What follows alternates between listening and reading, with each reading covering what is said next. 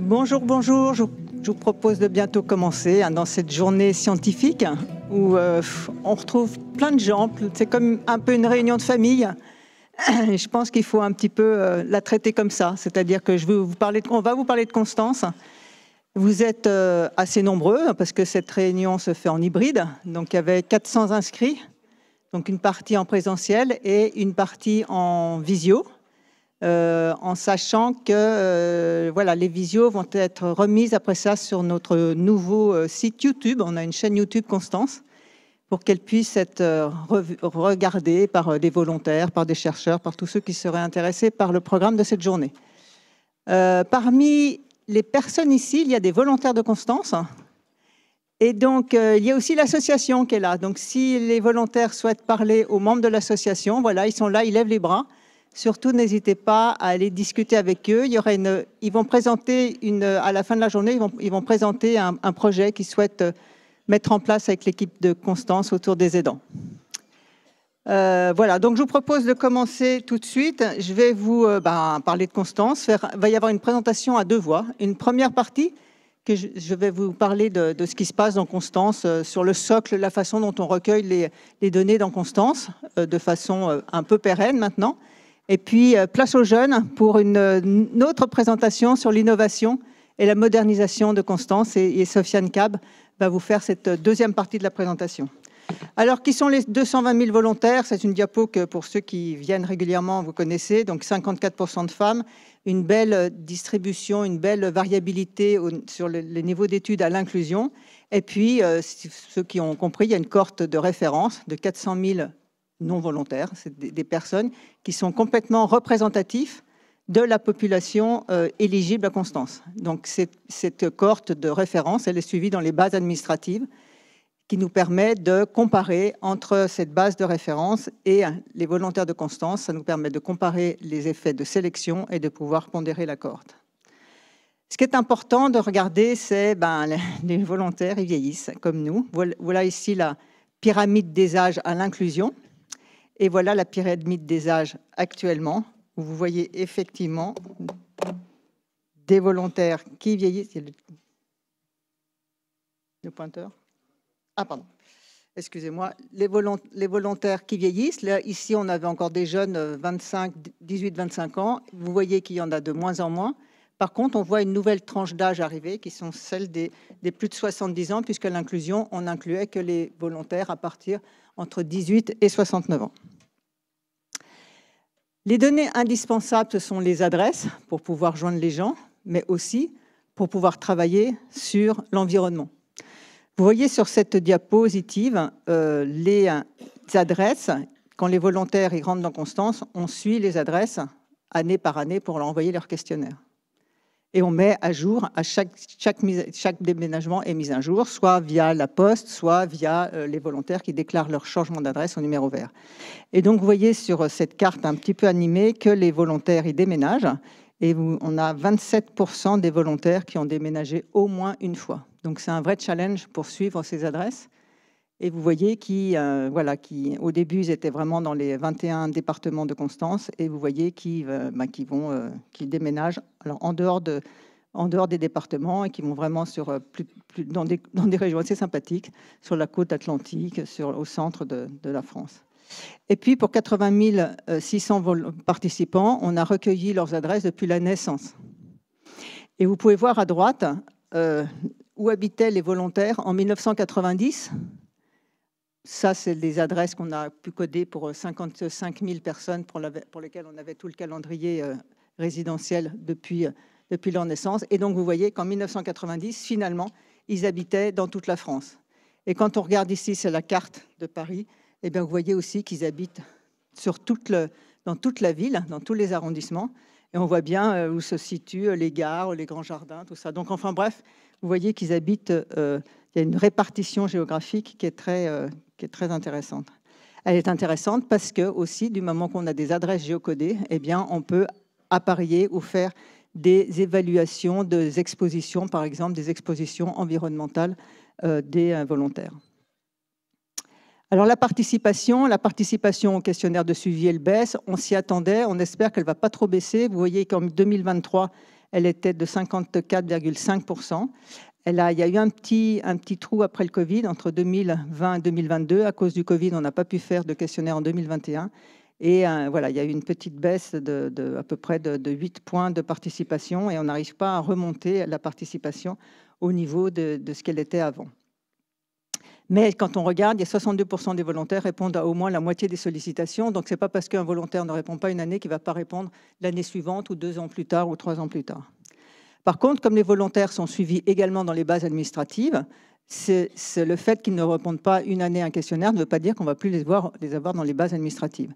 Et donc, pour les bases administratives, on a les données du Système national des données de santé pour 96,2% des participants qui ont accepté dans leur consentement d'être suivis dans les bases administratives, pour 93,3% dans les bases socio-professionnelles de l'assurance vieillesse, et naturellement, pour la cohorte de référence, on a 100% des personnes qui sont suivies. Et puis, comme vous le savez ou pas, les chercheurs peuvent avoir accès aux volontaires pour recueillir des données complémentaires. Et dans ces recueils complémentaires, la participation, elle est très dépendante du sujet de recherche du chercheur. Et la participation, elle varie entre 40% et près de 73%. 73%, c'était un questionnaire sur le vitiligo, qui est une maladie de la peau. Alors, donc les volontaires, ils sont suivis par questionnaire, ils sont suivis dans les bases médico-administratives, mais ils sont suivis également, on les réinvite régulièrement dans les centres d'examen de santé de la sécurité sociale, donc dans les 21 départements. Et donc, vous avez ici le nombre d'examens de santé qui sont réalisés à l'inclusion, avec 219 144 volontaires, et puis le nombre de personnes qui ont un deuxième examen, un troisième examen, un quatrième examen.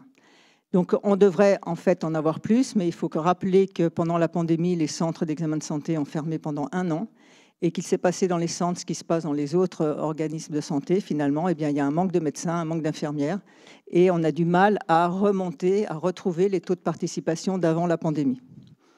On a eu aussi un souci avec les neuropsychologues, puisqu'elles sont, ce sont des neuropsychologues embauchés par Clean Search pour Constance, et que, après la pandémie aussi, on a perdu les neuropsychologues. Donc, vous voyez qu'on a un nombre un petit peu inférieur à ce qu'on pouvait attendre sur des volontaires qui ont 2 examens, 3 examens neuropsychologiques.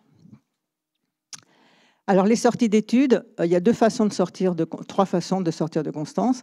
Il y a les volontaires qui nous disent nous, on veut plus de recueil, on veut plus que vous nous contactiez pour des questionnaires, vous pouvez garder nos données, vous pouvez continuer l'appariement avec les bases administratives. Donc, ça, c'est ce qu'on appelle le degré 1, il y en a 1638. Et par contre, il y en a les vraies sorties de Constance, les 770 qui ont demandé de ne plus recevoir de questionnaires, mais aussi que leurs données soient détruites. Et ça, il y en a 770, qui est quand même relativement raisonnable sur une cohorte de 220 000 personnes. Et puis, il y a les décès. Il y a pour le moment, on comptabilise 3036 décès. Alors, les données, dans le cadre des investissements d'avenir, on a été évalué pour recueillir de façon continue un certain type de données. Ces données, ce sont donc les données par questionnaire, ce sont les données des bases administratives où vous avez ici. Voilà, les bases administratives. On a des données de comportement, des données d'environnement social, d'environnement professionnel, les données des examens de santé avec les données d'examen et les données des fonctions cognitives et physiques et les examens de la biobanque.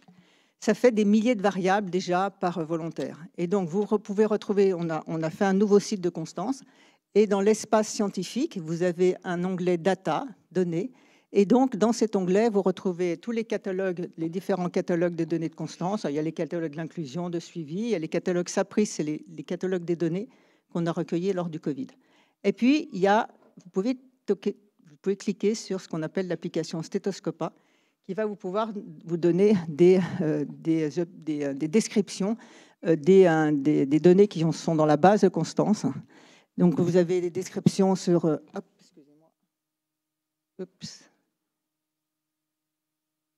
Donc, il y a les données de l'auto-questionnaire, données du SNDS, données de l'assurance vieillesse en français et en anglais. Et donc, ça vous permet si vous voulez avoir, par exemple, là, j'ai cherché les données d'inclusion chez les femmes âgées de 18 à 24 ans. J'ai regardé les données sur activité physique à l'inclusion. Donc, il sort toutes les variables sur santé de l'activité physique. Et puis, vous avez les résultats, le non, le oui, les questionnaires qui ont été complétés, les questionnaires ont renvoyé, les données manquantes. Et puis, il y a un petit ici, vous pouvez cliquer sur un lien qui vous donne sur ce qu'on appelle une application qui s'appelle Aqueduc. Et dans Aqueduc, vous retrouvez une application qui vous décrit tout ce qui est fait sur les données, à la fois les données brutes, les données calculées, comment est-ce qu'on nettoie les données avec les programmes, etc. etc. Alors, donc là, je vous ai parlé des données qu'on recueille, on va dire, sur le socle financé dans le cadre des programmes d'investissement d'avenir, mais nous, on continue d'enrichir en permanence la base de données. Il y a deux façons de les enrichir, à la fois par un travail de l'équipe, mais aussi par les projets ancillaires. Je vous ai dit tout à l'heure que les chercheurs pouvaient recueillir des données supplémentaires sur Constance. Ils peuvent les recueillir. Il y a eu 13 projets qui ont nécessité des recueils de données complémentaires selon différents types de supports, hein, sur du sang sur du buvard lors des enquêtes sur le Covid, par questionnaire. De dosimètres aussi, par exemple, là, on vient de proposer des dosimètres de radon pour 1000 volontaires dans le cadre d'une étude menée par l'IRSN. Des mesures via la biobanque, il y a eu 24 500 échantillons qui ont été distribués dans 6 projets. Et donc, quand les chercheurs mesurent, par exemple, les anticorps anti-Covid, eh bien, les résultats reviennent enrichir la base de Constance. Et puis, à venir, des programmes d'imagerie dans le cadre du PEPR sur l'endométriose, qui est mené par Marina Korskov, dans lequel on va proposer à 1000 femmes une IRM de dépistage de l'endométriose, et puis dans le projet iconique qui vous a été présenté la dernière fois sur une imagerie cardio-métabolique. Et puis, il y a ce qu'on a fait dans le cadre ce qu'on va faire dans le cadre du programme France 2030, qui va vous être présenté par Sofiane. Moi, je vais vous dire 2 mots sur l'enrichissement de la biobanque. Actuellement, on a recueilli pour 57 000 volontaires 1 400 000 alicodes. Donc, vous voyez la répartition ici. Donc ça, c'est fait dans le cadre d'un marché européen et la biobanque actuellement est au Luxembourg. Et en partenariat avec les cohortes E3N, Génération ELF et le Centre d'études du polymorphisme humain, eh bien, on a eu des financements pour pouvoir centraliser toutes les biobanques de ces cohortes au Centre d'études du polymorphisme humain, donc le CEF, à Paris. Et donc, il est prévu de transférer la moitié de la biobanque Constance. Donc, le transfert est en cours. Il va commencer dès le mois de juillet. Et puis, en plus, on va recueillir 50 000 kits salive. Et à partir des échantillons de sang et des kits salive, on va pouvoir extraire l'ADN pour pouvoir génotyper 100 000 volontaires entre 2025 et 2026. En plus de ça, dans le programme France 2030, on a eu des financements pour pouvoir prélever des cheveux, pour pouvoir prélever des selles, et également pour proposer aux volontaires de porter des bracelets de silicone qui vont permettre de pouvoir recueillir certains polluants qui sont imprégnés dans les bracelets de silicone et de pouvoir faire différents types d'analyses. Une autre activité qu'on mène qui nous prend beaucoup d'énergie dans Constance, c'est faire de la validation de diagnostics à partir d'algorithmes du SNDS. Donc, dans le SNDS, on ne permet pas d'avoir directement des informations très précises sur la pathologie des gens. Donc, on fait des programmes qui regardent les gens qui ont consommé des soins, soit qui ont des médicaments, des hospitalisations, tout ça. Donc, on fait ce qu'on appelle des algorithmes. Et comme on a mis en place une plateforme de validation diagnostique dans Constance qui permet de retourner au dossier des patients et de pouvoir les relire et adjudiquer certaines pathologies, on a pu mettre en place des projets de validation de ces algorithmes sur différentes thématiques. Donc, il y en a qu'on fait en interne. Et en italique, vous avez ceux qui vont bientôt commencer. Donc, on va bientôt commencer sur un projet sur la fibrillation atriale, sur la dermatite atopique, dans un partenariat qui se met en place actuellement avec Pfizer. Et puis ici, on a été lauréat de plusieurs appels d'offres avec le HDH pour pouvoir lancer des validations sur les différents types de pathologies, mélanome cutané, la DMLA, l'insuffisance rénale, etc. Bilan de l'ouverture, donc Constance, c'est une infrastructure. Un autre ADN, c'est le partage des données. Depuis le début, on a reçu 225 projets de recherche. Ce sont ces projets qui sont évalués par le Conseil scientifique international. Sur ces 225 projets, vous en avez 127 qui sont en cours, 46 qui sont terminés, 25 qui sont abandonnés, et puis 18 qui ont été refusés et 9 qui sont en cours d'expertise. Il y en a certains qu'on fait chez nous, il y en a 15 projets qui ont été menés chez nous. Et puis, il y a les demandes également institutionnelles, car Constance est devenue petit à petit vraiment un outil majeur pour la prévention et la prise de décision des pouvoirs publics, avec des demandes qui émanent de certaines agences ou des ministères, Actuellement, on a un projet l'ANSES, on a une saisine de l'ANSES pour travailler sur les horaires atypiques et la santé. Il y a 3 projets sur la Cour des comptes. On a eu un qui a été déjà, le rapport a été fait sur le climat et la santé, sur les accidents vasculaires cérébraux, sur le diabète. Et puis, on a également travaillé pour le ministère du Travail sur les expositions professionnelles, etc. etc. Donc, ça ne va plus marcher. Cassé. Donc, j'ai tout cassé, mais c'est pas grave. Je vais passer à la diapositive là. Donc, à partir de au niveau, donc on a vu l'apport de Constance au niveau de la santé publique. Au niveau de la recherche, il y a aussi une bonne visibilité nationale parce que Constance est intégrée dans plusieurs programmes nationaux, notamment des programmes nationaux de l'INSERM autour de l'environnement et de, par exemple, France Médecine Génomique. Des programmes également, des programmes équipements prioritaires de recherche qui sont les grands programmes qui ont été lancés par l'État dans le cadre des investissements d'avenir. Et on fait partie de 2 grands de ces projets autour de l'endométriose et du climat. Et puis, on fait partie de plusieurs programmes de recherche hospitalo-universitaires.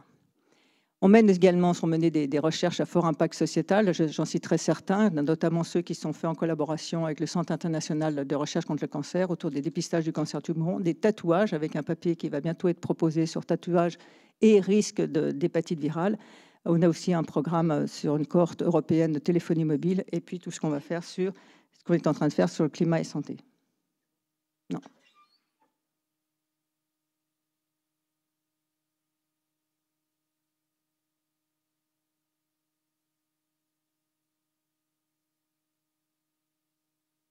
Voilà, on a aussi développé dernièrement, enfin ces 2 dernières années, des partenariats privés et qui sont. Alors ces partenariats privés, on a tenu à ce que dans le site de Constance, il y ait un onglet partenariat privé pour jouer la transparence totale avec la communauté scientifique, mais aussi auprès des volontaires. Et dernièrement, on a re-signé avec 3, enfin signé avec 3 laboratoires, MSD qui est notre partenaire depuis 2014, Quinten Health dont on va parler tout à l'heure et le laboratoire Lilly. Et tout ça, ça se fait en partenariat avec INSERM Transfer. Alors toutes ces données, sont, enfin, les volontaires forcément sont informés de tous ces recueils de données. Et dans le nouveau site de Constance, il y a un onglet volontaire avec qui sert de site de transparence, où il y a un onglet sur la recherche et études dans lequel ils vont retrouver tous les abstracts et toutes les informations réglementaires sur tous les projets. Il y a un onglet sur les droits et protection des données qui leur rappelle leurs droits d'opposition, leurs droits de rétraction, leurs droits de déconsentement, etc. Et avec des listes, des FAQ, etc.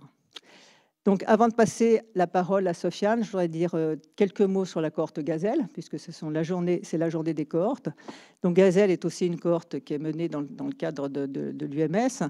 Donc, je vous rappelle, c'est 20 000 volontaires qui étaient agents d'EDF-GDF, qui ont été inclus en 1989 et qui ont actuellement 34 ans de suivi et dont on vient de faire la demande de renouvellement d'autorisation à la CNIL. Et ce n'est pas si simple. Qui sont suivis par questionnaire. Et il faut remarquer qu'il y a toujours 70% de participation dans cette cohorte, qui est quand même assez. On aurait bien la même chose pour Constance. Ils sont suivis dans le système national des données de santé. On avait mis également dans les années 2000 en place une biobanque sur ces 5000 volontaires qui étaient stockés à Dijon. Et il y a aussi le projet, donc dans le cadre de ce que je vous ai dans la collaboration avec les autres cohortes, cette biobanque va être centralisée au CEF et on va génotyper les 5000 volontaires dès 2025. Et donc, actuellement, l'état de la cohorte, il y a 20% de décès et 600 abandons, ce qui est quand même assez peu. Et vous avez donc Gazelle est toujours actif avec toujours des nouveaux projets qui sont assez divers. Vous avez des projets sur la pollution atmosphérique, vous avez des projets sur l'évaluation de risque de cancer compte tenu de toutes les évolutions des comportements, des projets sur l'exposition hormonale et puis un projet qui va vous être présenté tout à l'heure par Jean-Philippe Pampadin. Voilà, je ne sais pas si vous avez des questions. Ah oui, alors je voulais aussi signaler que bien évidemment, toute Constance et Gazelle étant appareillées au système national des données de santé, qui nécessitent des infrastructures extrêmement sécurisées, toutes les données qui contiennent ces données de l'assurance maladie sont gérées au sein du Centre d'accès sécurisé des données, où, comme vous pouvez le voir, pour Constance et Gazelle, il y a actuellement 30 bulles sécurisées, 30 projets qui sont menés au sein du CASD. Voilà pour moi. Avant de passer la parole à Sofiane, je ne sais pas si vous avez des questions.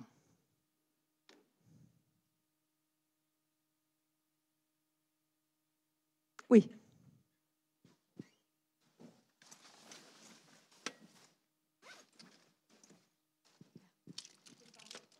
Vas-y, parle fort.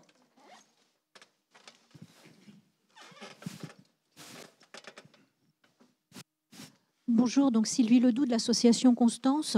Je me demandais, est-ce que tu as présenté comme l'espace scientifique, il est vraiment accessible et tout ce que tu as dit sur le catalogue, les catalogues, c'est accessible aussi aux volontaires ou uniquement aux chercheurs? Tout est accessible dans tout le monde. En Constance, c'est open access. Hein. Tous les documents sont open access. Alors, je ne l'ai pas mis accessible sur l'espace volontaire, mais les volontaires peuvent se balader sur tout le site. Oui, mais c'est important.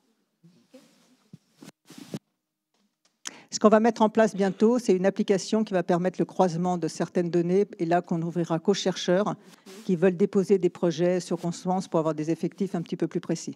Donc ça, c'est en cours.